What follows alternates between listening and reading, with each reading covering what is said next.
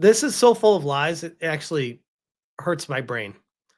This is the preliminary statement of their response to our request to dismiss.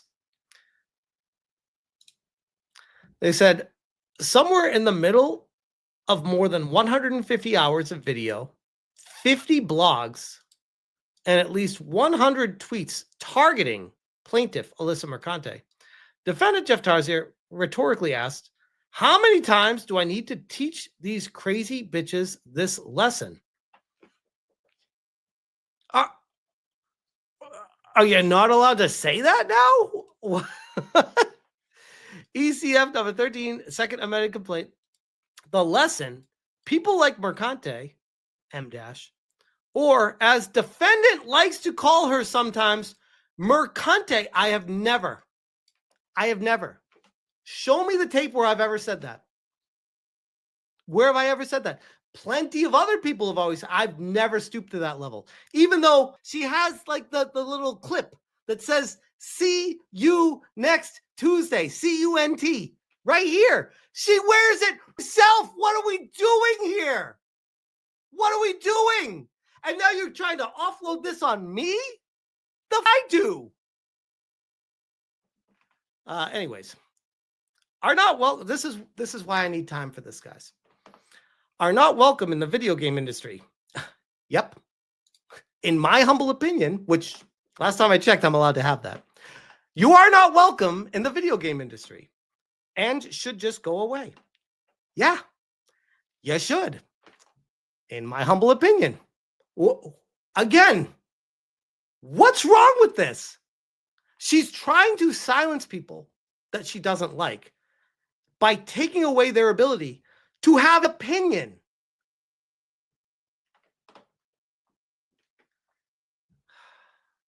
Sorry. This is why I need time, guys. I need wine and I need time. All right. Alyssa Mercante's lawyers have replied to our attempt to have this lawsuit dismissed and tossed out. And I said, here's the latest legal update on the Mercante lawsuit. Last we heard, they wanted more time. Now they want more pages to add. And this was from Claire Ovoyant, and they posted, this is shared publicly on the docket. The consent motion for leave to file excess pages, 5 extra pages on both opposition and reply for pending motion to dismiss by Alyssa Mercante by J. Remy Green. And this is, Dear Judge Brody, my firm with co-counsel represents plaintiff in the above case. I write with defendant's consent to ask for an expansion of page limits, individual rule 3B, on the pending motion to dismiss. I also apologize. This request is last minute, which is fascinating.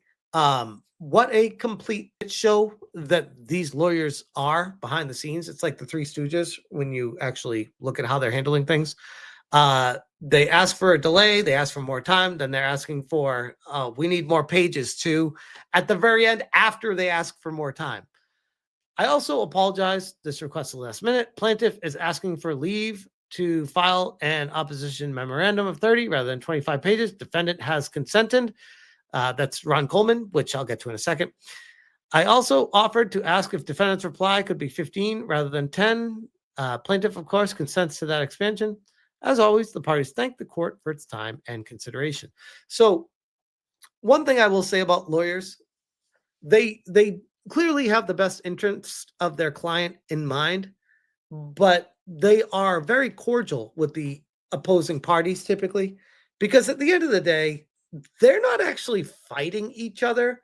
They're getting paid either way. So they're not going to be like, oh no, F you, I'm not going to consent to that. Like, why should I? It's like, they don't care. They're getting paid. This is money going to Ron. This is supposedly money going to these activist lawyers, unless they're pro bono for Alyssa Mercante. So extending things and drawing things out is how they make more money. And that is something that is going to be a concern moving forward for the case right now. But I replied, to it with this, saying, don't forget to add this, Mercante. Slutty. I am smart, hot, slutty. I am smart, hot, slutty. So this is the person that is suing me for harassment. She says insane shit about herself all the time to bait people. And then when they comment on it, she cries victim and cries harassment. This is now an established pattern that we've seen throughout the years because she has talked about this for many, many years now. I said, notice how she's mad about truthful things I've said about this public figure. And ironically, many of the same things she has said about herself publicly, all while casually dropping the "he shared my docs multiple times" line without any evidence. Strange. Almost like that never effing happened. Meanwhile, she was the one who doxed me and my family via the lawsuit while redacting her own address out of concern for her safety. Wow. This sure sounds like a whole lot of projection. Once again, Alyssa, she tried to ruin my relationship, cheered on my website being taken down, attempted to get me banned from a convention, which was San Diego Comic-Con, and continually libels me to forward her own agenda. Yeah, hun, I do think you're mentally ill. You continue to reinforce that with your constant lies by omission and lack of logic daily. If you can't work on yourself and being a better person, I really don't give a shit. Leave me and my family out of your pathetic psychological nightmare of a life. And this comes from Alyssa replying to McDizzle. McDizzle, you may recall, was the person that created a fake leak and stole a developer's name from Ubisoft, emailed me with the developer's email address that was faked, and told me all their information to confirm it was them, and tricked me, and is clearly conversing with Lissy here. So, of course, it's a small world. Isn't it funny how all these people seem to find each other? She replied to him saying, he's called me a child murderer, which, yes, I have. A whore. Yes, I have. A slut. Yes, I have. The shame of my parents. I mean, I think I alluded to that. I think I said if I was your parent, I'd be ashamed of you. So maybe that. I don't know. Mentally ill. Yeah, you are. In my opinion. A liar. Yes, you definitely are. By omission many times. And much more. Hell yeah, the list goes on and on. Damn, Alyssa, you got me. Holy shit. Yeah. Guess what? People are allowed to say those things and feel that way about people. If they say that themselves, especially first. But even if you didn't, I'd still be able to say those if I feel that way about you. Like, holy shit. Talk about trying to limit what someone's allowed to say. He's shared my docs multiple times, which, no, I want to be very clear here. I have never once shared her docs. I've never shared her address. I've never told people where she lived. I've never done that. That's insane. That's insane. You need to show a screenshot of where I said, here's her address, here's where she lived, here's all this. I've never done that. What the hell is this? Is like a straight up lie. That's insane. And she's saying these things to screen cap them herself and then send them to the court to be like, yep, here's proof of it. Who's your source? I'm the source. He skims Kiwi Farms. I mean, I had in the past for information on things. Yeah, of course. It's a forum just like any other forum out there. I don't think Kiwi Farms is any more special than anything else, but okay. The source of my docs. Okay. So because I've now looked at a forum, I'm somehow doxing you? What? If you have a problem with a forum doxing you, you should probably be suing the forum. I mean, you sent them a C&D and then you sued me instead of them. It's weird. It's weird. The source of my docs and the site of the most disgusting rhetoric about me and others on his live stream. Yeah, but what I shared on my live stream was just going over information that was factual based off of everything surrounding the circumstance. You're trying to draw from a forum with hundreds, if not thousands, of other people saying other things that I did not go over on my live stream. And you're trying to say, because I talked about one thing, that now everything I've talked about applies to everything on this entire site. It doesn't even matter if you curate something or if you specifically talk about one thing. It's like, nope, you talk about this. You talked about everything. Now you're sharing everything. And ergo, because it's apparently my docs is on that site somewhere, now I'm sharing that docs specifically. I don't even know where your docs is on that site. I've never seen it. I don't go to Kiwi Farms very often, but I've never seen it there. I believe you that it's there, but I probably shouldn't, because everything this woman says seems to be a lie at the end of the day. But if it is there, that's not on me. I didn't do that. Why are you mad at me for that? Go talk to them about that. What?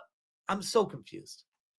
Here's some more posts from Alyssa Mercante, where she said, I'm just going to go back to sex work because at least then when I get effed a lot, I'll get paid well for it, with a wacky face. So this is the person trying to claim that she didn't get paid for sex, tweeting that she wants to go back to getting paid for sex. Huh? Happy International Whores Day. I used to be a cam girl. Sex work is work. Congratulations. No, hold on. Wait, let's go back up. He's called me a whore. Happy International Whore Days. I used to be a cam girl. Sex work is work. Yeah. I think you'd want to be called a whore based off of this, right? I mean, unless I'm misreading this. And then she goes into talking about abortions, saying abortion is essential. Okay, that is definitely a thought. Fair. If that's the perspective you take. It's not my perspective. I feel like if you abort someone, you are a killer. I'm allowed to feel that way. It does not is what we always talk about, ideologies. It does not sit well with me. Okay, that's just how I honestly feel about it. I'm a father of 2 kids, and it is just traumatic for me to hear someone do that. But people, it's a very divisive issue, and people are allowed to feel however they want to feel about it. But for me, that's how I feel about it. I'm allowed to feel that way, by the way. Am I not?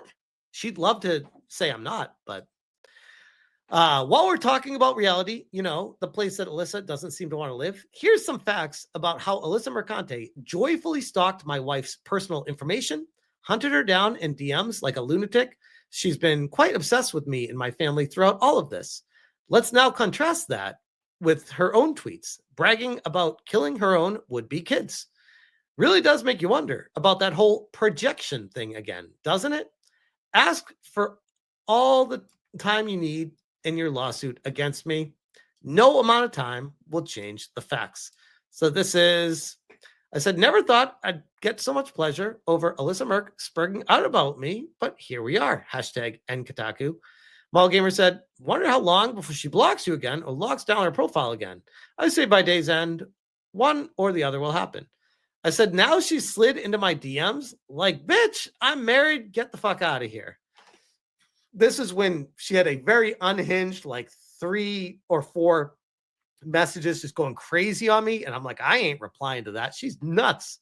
And then she's like, oh, since you're not replying to me here, I'm going to come here. So you think it's funny that you platformed a man threatening to kill me? Again, she's doing the same thing she does with Kiwi Farms with me. If you're upset about this man that I quote unquote platformed, you should probably be suing that guy. Okay. Because I don't know about your history with this guy. I don't know anything about it. I retweeted a post. And when you got mad at me, I unretweeted it because I didn't know any of the history. I didn't know how crazy you were. If I knew how crazy you were, I would have left it up because I'd be like, fuck this bitch. Like, I don't care. She's nuts. God forbid you ever bend the knee and try to do something nice to an insane lunatic. But here I am.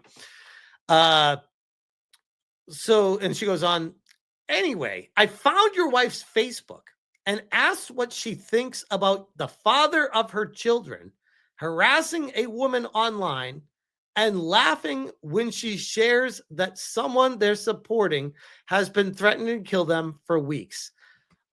First off, I laughed because he wasn't threatening to kill you in what I shared. It was a virtual execution or something, and it was a thumbnail, and I didn't even know what was even happening. Like, genuinely had no idea. I've shared it multiple times. I'm like, I don't even know what this is when I told people about it. Oh, by the way, if she's so mad about it, I have to show people it to tell them what I didn't understand about it. Ironically, sharing it with more people because she keeps drawing attention to it. And she said, post all the pictures of your kids that you want, Jeff. Talk to me when your daughter becomes a teenager and learns you voted for a man who wants to rob her of body autonomy. Hold on. Are we still talking about the same girl here that said, the shame of my parents? You're literally telling me that my daughter would be ashamed of her dad. You just did that to me here. You're doing that right here, Alyssa. What the hell? Anyways, here's her bragging about her abortions. Crab said, she says unmarried with no kids. Project more on your own lack of touch.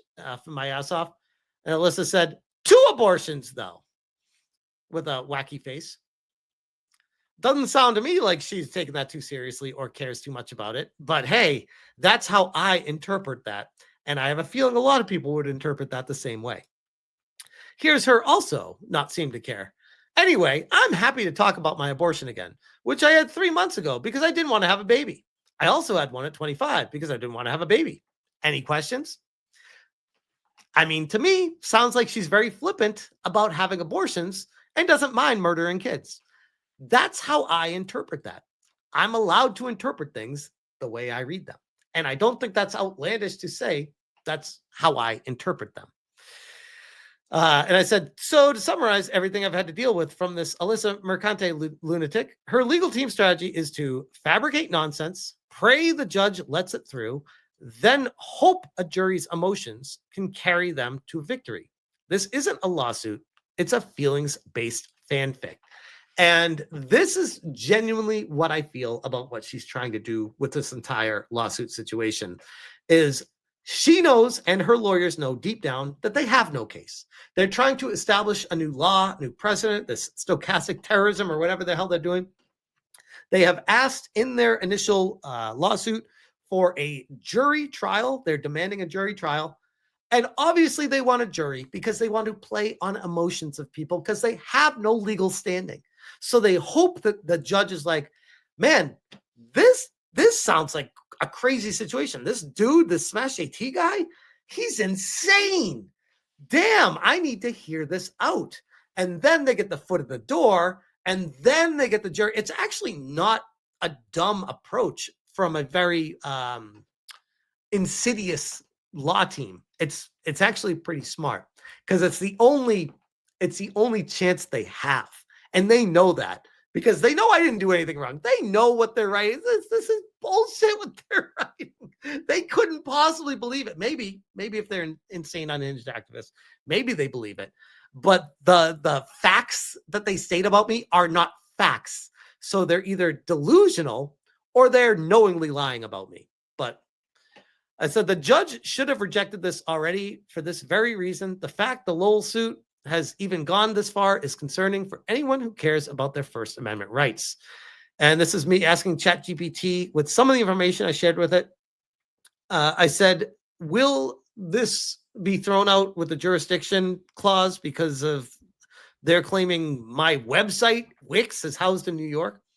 And ChatGPT says what the judge will likely think.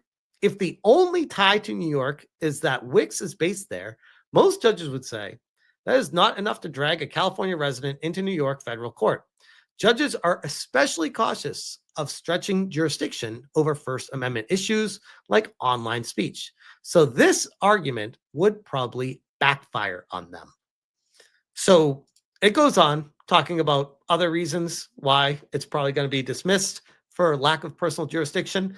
So they're trying to find other reasons to dogpile and say, oh, I also stream with people in New York, which one of them in the latest allegation, I have never streamed with.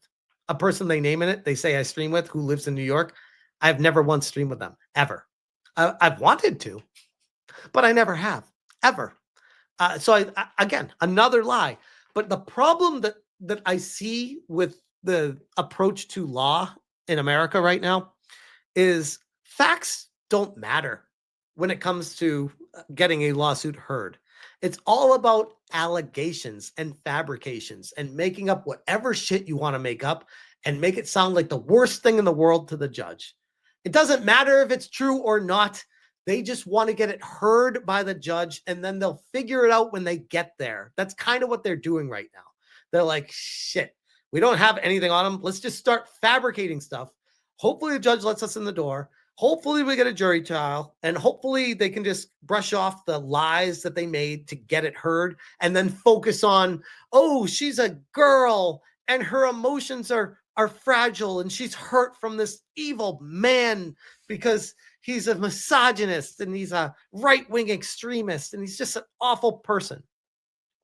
At the end of the day, this is a complete joke of a lawsuit that I have been burdened with, and I'm doing my best to fight back against it.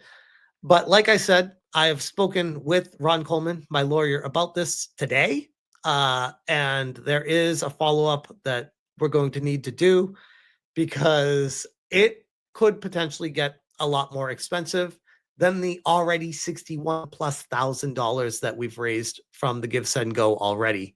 And I genuinely appreciate the support you guys have already shown to this point. But unfortunately, lawsuits aren't cheap. And I have a feeling that this is going to be something that could be a strong financial burden for the foreseeable future. But as always, I will keep you as up to date and posted on everything as I can and be as transparent with everything along the way, because that's the only way I know how to be. With that all being said, I'll leave that there.